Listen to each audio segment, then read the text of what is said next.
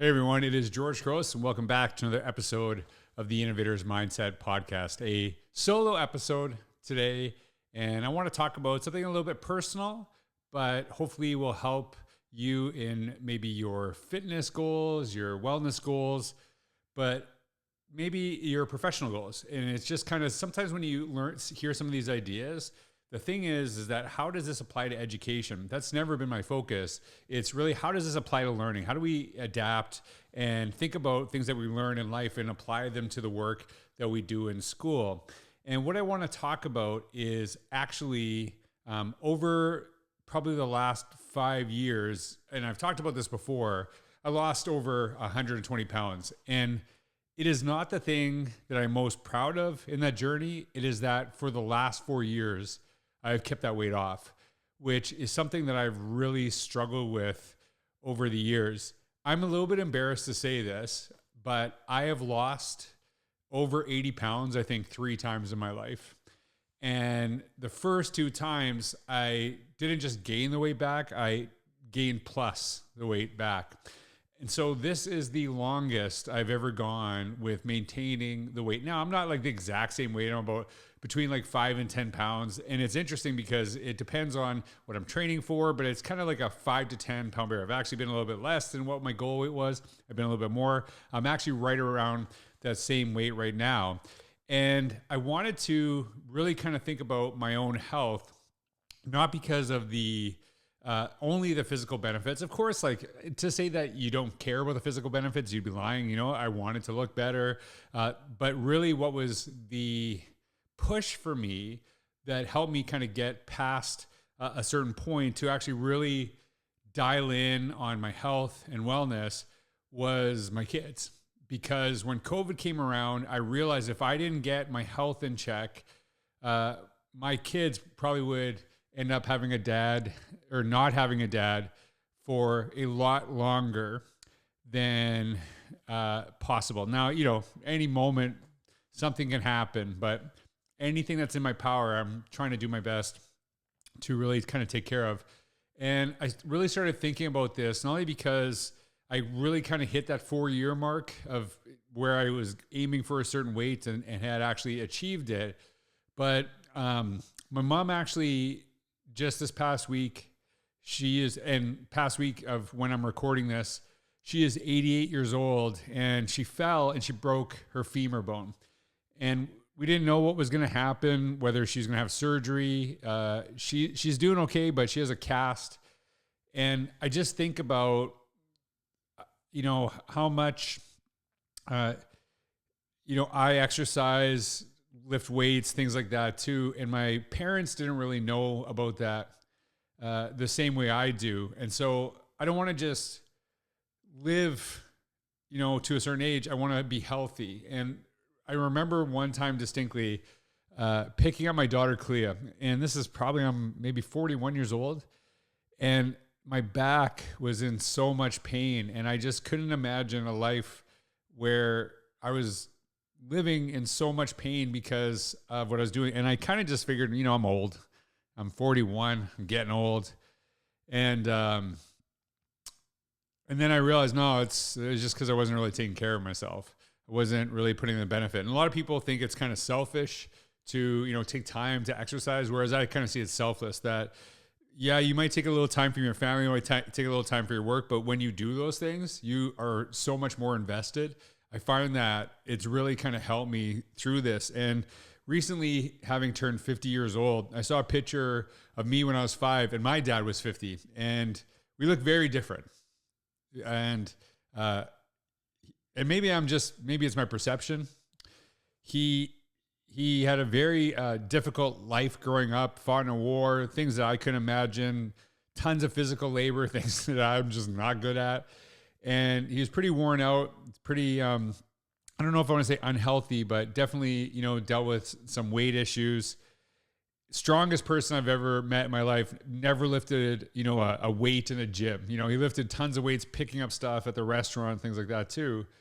And I just think that we know so much better now about health and wellness and what we do to take care of our bodies that I should be in a better place than my parents were. And again, you can't control certain things in your life, but I'm trying to do everything I can to not just live as long as possible. I kind of sound like that Brian Johnson guy who thinks he's not going to die, but that's never been my focus. It's how do I live as long as possible, as full a life as possible, where I'm trying to have less pain and things like that. So that was really the push for me to lose weight. And you can actually see, I'm going to throw an image up. Here's the difference between me in 2020 when I first started this. I'm very proud of that guy in 2020 who did not give up and kept going and would work out every single day and just kind of had to figure out. And then you can see me now in 2025. This picture was taken yesterday.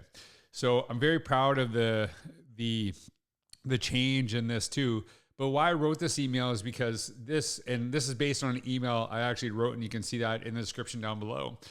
It is because it wasn't just physical benefits that made a difference to me. It was actually all these other side benefits that really I was kind of shocked about. And I will tell you, I kind of was inspired to write this email, not only because thinking about my parents, thinking about my mom, and she's doing okay. Just talked to her, just now. She's such a tough woman. I just love her to pieces. She is 5 foot tall, smallest lady ever. And boy, does she fiercely defend me. And she's just an amazing, amazing mom. I just love her to pieces. And I wrote this email because I posted something about me exercising, and I got a little negative comment from someone who I, was kind of shocked about, to be honest with you. And, I never, people have days, right? I say stuff that's dumb and, I'm having a day. I wish I could go throughout the day without it making mistakes, right? And I've had this experience before. And one of the things I've thought about too, and I wrote about this, is that basically sometimes I can't imagine when I was the most unhealthiest and I posted a picture of myself working out and really putting in that effort, that someone would have written that comment. But once we find success, that's when some of the negative people come out. And I did a post on this on Instagram. And one of the things that I talked about is we really want people to be successful, but not too successful, right? We want you to do good, but don't make me feel bad about myself. And that's kind of what happens sometimes. And I'm not judging because I've done it myself. I've done it in my life, and I'm trying to be very cognizant of it, is that when you feel you're cheering on someone because they're really trying hard and then eventually they surpass you, there's why shouldn't I have done that? And that's something I struggle with. And the video I talked about was, don't be frustrated with this, learn from them, right? Figure out if you want to continue to get better. Don't complain about results you didn't get from work you didn't put in. That to me really, really matters. So that was kind of the inspiration to write this email. So I do want to share 3 of these benefits. And again, I like doing this. I wrote an email and I have 3 main points, but I'm going to just kind of talk from my own memory. I do have the email in front of me. Again, it is in the link down below. So, as I started kind of taking care of myself, what are some of the other things that were kind of shocking that had happened to me? So the first one is my mental health improved vastly. I've mentioned this before, and I don't talk about it a great deal because honestly, I'm just not I don't want pity emails or comments or anything like that. But I've dealt with, and I don't want to say struggle with because I think it's just part of who I am. I've dealt with depression and anxiety for longer than I can remember. And it is something that I really have struggled with. At probably my lowest point, some days it was impossible to get out of bed. Not because I physically couldn't get out of bed. I just could not mentally get out of bed. And I really struggled with that. And I still have those things that I deal with. They're still a part of me. But, and again, these are all anecdotal, by the way. I don't want to say the research says, right? Because I haven't done the research. I'm just saying what has been my experience, right? And I will tell you that my anxiety and depression have gone down significantly. And what I've noticed is that when I go to the gym, I'm very cognizant of my time there. how I utilize my phone. And the reason I bring this up is because it is really easy to go on your phone, check your email, check your social media, do all this other stuff while you're working out. You see something negative, boom, wrecks your workout. Probably when I was one of the most fit times in my life is when I had an iPod Shuffle, which was the greatest device. Like, bring the iPod Shuffle back. Maybe we should start a hashtag with that, because basically it just played music. There was nothing else on it. You couldn't do anything. There wasn't even a screen. It was just like a little clip, and then you just threw it on. And I like the Bluetooth headphones, but it really made me focus and kind of just focus on being at the gym. So when I go to the gym, it's not just a physical escape for me. It is a mental escape for me. It really kind of shapes my day. I used to teach a spin class years ago when I was a principal, and just kind of getting all that out, all the things that, just really aggressive in that class, and had a great time doing it. By the time I got to school in the morning when I was a principal, I was chill. I was just calm. And so it really helped me. But I also noticed that it wasn't just the physical activity. It was, and I think the biggest shift for me was my eating habits.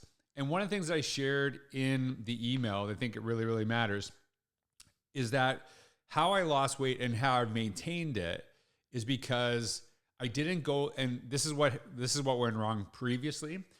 I did like fad diets, and they really work. They really work until they don't, because you can't stick with them. So when I started this last time to really kind of get my health in check, I said, what can I do today that I will be comfortable doing a year from now? And that's why I have found a long-term success this time, is because a lot of things I was doing then, I just still do. And they're not, one of the tips I've shared, Megan Lawson told me how much she appreciated this, so I really appreciate she shared this. I don't eat healthy food that I hate. I eat food that I love that's healthy. And that little shift in thinking is that you go searching. Now, it limits what you can eat, to be honest, yeah. But if I love what I eat, I don't really care if it's that limited.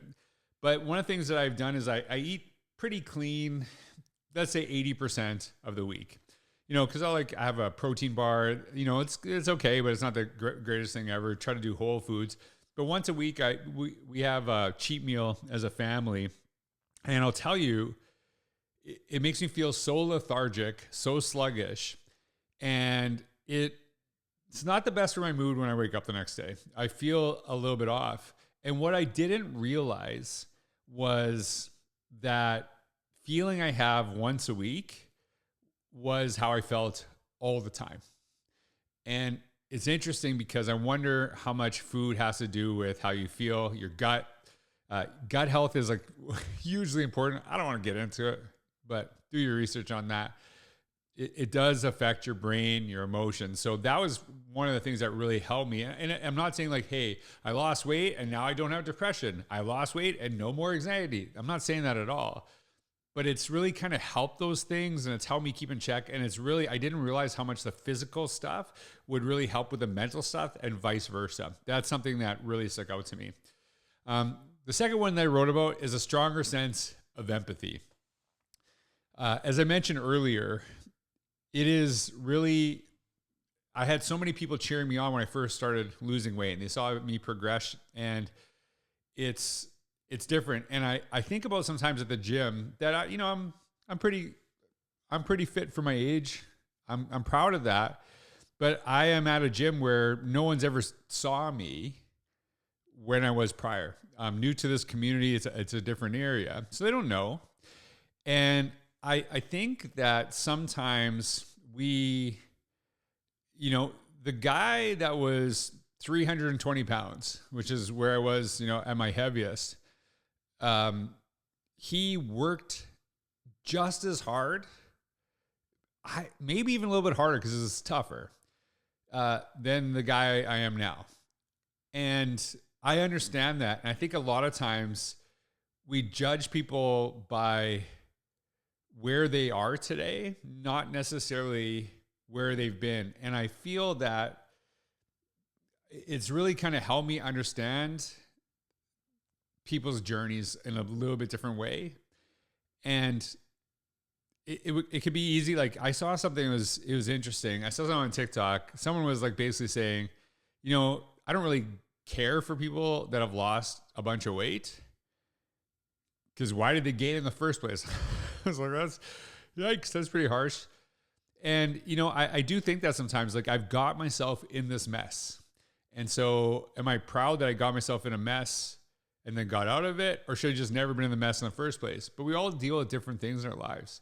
We all deal with different, I can actually tell you the last time I gained weight, there are certain moments in my life that really sent me into a spiral. And food is something I've struggled with. And when I'm really depressed, it's been easy to go to that negative place.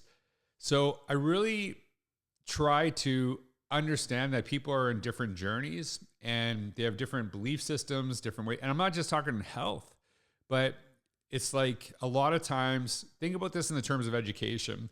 We get on people for not being where we want them to be, but we don't necessarily think about how we actually struggled to be at that same point at some time, and someone had patience with us. So I put more emphasis not on where you are, but your effort to get better. That to me, maybe that's where I talk about empathy. So that one to me is like, I know how hard it was to get out of a hole, that I really try to understand that people are just in different places, and, don't judge, but cheer them on. That's something I think about. The last one, increased confidence. Now, I wrote this in the email. Like, confidence is actually seen as a dirty word. Like, oh, so confident. No, it's actually good. It's really, really good. And I wrote about the spectrum. And there's three places where there's three areas I talk about in the spectrum. Insecurity, terrible place to be, right? And I wrote this: insecurity is the feeling that you are not good enough. And then you go to the opposite end of the spectrum of arrogance, is thinking you are better than others. Confidence is this, and this is how I define it. It is appreciating where you are today while knowing you can still get better. So that was really important for me to kind of talk about. That confidence is not you think you're better than someone else, and not that you have no room to grow. It's actually being comfortable with your ability to grow. And it is something that matters to me. And when I talk, why does this increase my confidence? Is because I realized that I can do challenging things every single day, and I go out of my way to do challenging things. When my dog Cooper died, it was really a struggle for me. Last year was a really horrible year for me personally, with my dog Odom dying, my dog Cooper dying, both of cancer within a year of each other. It was really, really tough. Those dogs mean everything to me, and I think about them all the time, little things that I do every single day. When Cooper died, I committed, I don't know why, to doing 500 pushups every single day. I don't do them all at once. So I'm up to the maximum I can do is 85 at a time. Sometimes I'll do 60. It's like a really good gauge of how my body's feeling in a day. But I do them until I get 500. And it's a little bit of a check off every single day I pass that 500 mark, because it's like, yeah, you did something hard, you're good to go. Like you're ready to tackle the day. So every time I do something, so it's maybe a little goal for yourself, right? Hey, I want to do like 100 squats, right? Just, body weight squats. There is a challenge right now on TikTok, people doing kettlebell swings, 100 kettlebell swings for 30 days. Just picking something that is a little bit challenging that you can do every single day. And the reason I chose push-ups is because I travel all the time. I don't know what the gym's going to be like when I get to an event, anything like that. But I can do push-ups anywhere. So I can always do this no matter what. I have not missed a day since Cooper passed away. I'm going to totally miss tomorrow because I brought this up. But that confidence I can do really challenging things matters to me. And it's something that I really try to instill in my kids. I say to this all the time when they're like complaining about something, whine about something. I say, look, you don't get the good stuff without doing the hard stuff. You got to do the hard stuff first. And when I go back to the beginning of this podcast, think about, there's like a meme, about choose your hard. The hard for me before was bending over to pick up my daughter. That was hard because I chose the easy life of not eating well, not being disciplined, not working out. What's hard now is my workout. What's easy is picking up my kids. You see what I'm saying? That really, really matters to me. So I think that instilling that confidence, I can achieve really hard things. It applies over to piano. Like I'm learning Night Swimming by REM, one of my favorite songs ever. It is super complicated, but I know I can do that because I do every single day. I do something hard that pushes me to be better. One of the things that I wrote about this spectrum of confidence is that never think you're better than others. Know you can better yourself. Appreciate where you are today, and always be willing to grow. That to me is what confidence is. And so, kind of as I end this podcast, I hope it's inspired some people to try new things and to cheer on somebody putting in the effort. I wrote in the email that I had no clue the other benefits that I had other than, just being lighter, wearing different clothes.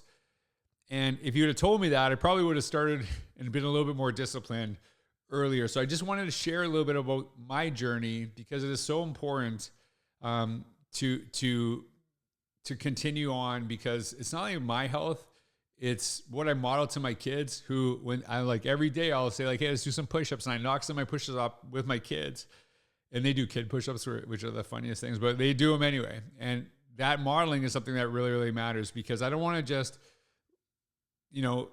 live a long time. I want to have life.